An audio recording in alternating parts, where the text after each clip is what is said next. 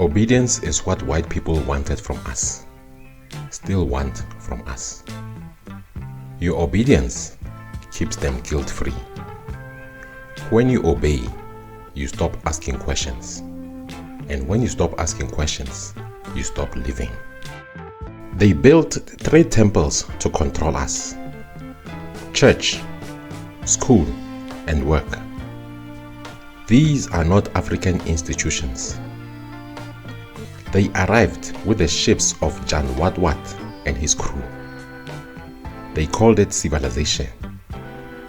But civilization without balance is sickness. Before the classroom, we learned from life. Before the sermon, we spoke with the wind. Before work, we worked the land.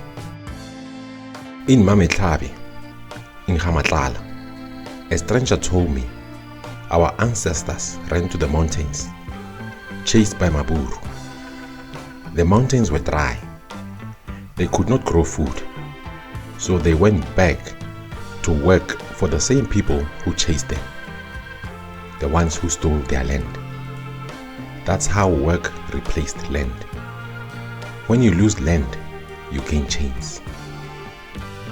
Our parents went to work. We were sent to school. The vultures waited. A child without parents listens to the vultures. That's what happened to us. The Mano became the schools, teaching us new laws to obey. They said, obey and you will be rewarded. But obedience only rewards the thief. There is no room for obedience in life or nature. The river does not ask for permission to flow. The bird does not obey a timetable. There is only alignment. Obamele. We align with Ramasedi, not man-made law. We bow to truth, not fear.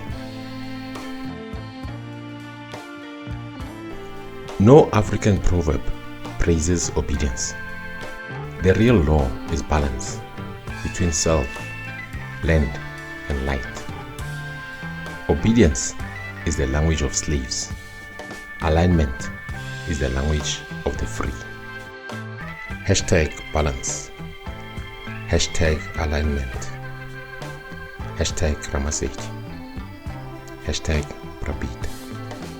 We give thanks to the Most High. Ramasedi.